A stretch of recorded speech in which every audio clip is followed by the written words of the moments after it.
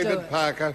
Mr Speaker, we heard the Prime Minister today admit, under questioning from Phil Goff, that the government is struggling to make progress. He said, they were his words, struggling to make progress. He said it was because they'd inherited a mess from the last Labor government. Well, let's just reflect on that. They inherited zero net debt, gross government debt that had come down from 38% to 17% of GDP, and amongst the lowest unemployment in the world. So let's just sort of park that sort of mantra to the side from the National Party. Minor details. He said that the government is struggling to make progress.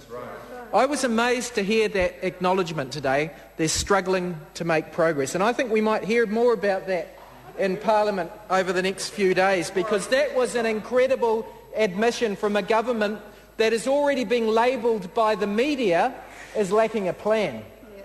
They're struggling to make progress because they don't know what to do. They don't know what to do. And, well, look, I'm not the only one that thinks that. The New Zealand Herald, Mr Joyce, said that after their little gaffe about making the mistake as to whether the gap was widening between New Zealand and Australia, after Mr Key followed Mr Brownlee down that slope and was accused by TV3 as being too selective and slippery, the Prime Minister being called slippery, not very good. After that, the New Zealand Herald said that this allowed the government's commentary to be examined, and the government's attempt to close the gap, and this is the Herald, quotes, which so far encompassed little more than tinkering with the Resource Management Act and such like. Same editorial.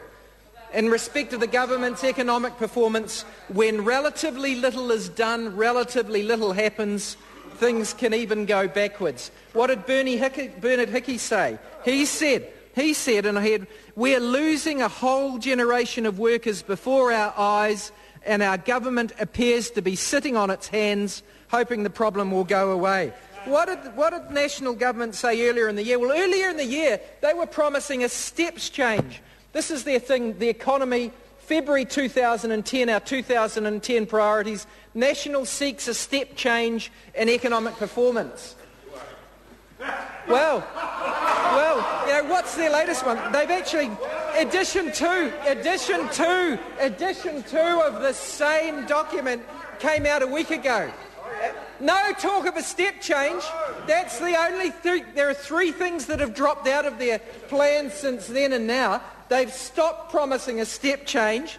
They've abandoned their attempts to extend the areas that they're going to go mining. They've dropped their plan to investigate a hub for financial services.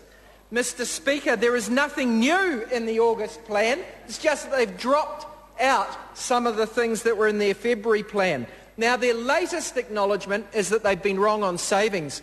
Having tipped over the Kirk scheme, having opposed the Peters superannuation scheme at the end of the 1990s, having undermined KiwiSaver, and having stopped contributions of the government saving via the Cullen Fund, they now say, oh, the big problem is savings. Well, we've got news for you, National. We've been saying that for years. That's why we developed the KiwiSaver plan. That's why we started contributions to the Cullen Fund, and why, since the election, we have been saying the National Party has got it wrong. The big difference between New Zealand and Australia is savings, and National has just agreed with us.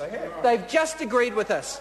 They've just agreed with us. But will they deliver? No, what they're planning is they've still got no vision. All they're planning is a committee. A committee. 2 budgets, 2 years into this national government. Their big announcement last week, when they're on the ropes in respect of the gap with Australian widening, and instead of narrowing, what's their big plan? A committee. They haven't even got members for it. They haven't got terms of reference yet. Their plan is a committee. It continues to be amateur hour on the National Party government benches at a time when the economy is tanking. We've got more and more people going overseas. More and more people. Well, Stephen Joyce laughs, but Bernard Hickey says we're losing a whole generation of workers before our eyes. And Mr Joyce, if you wanted to do something about that, you could have done something at Hillside Workshops. You had the justification and an independent report from Burl, and you have ignored it, and as a consequence there are 300 fewer jobs in Dunedin. Steve.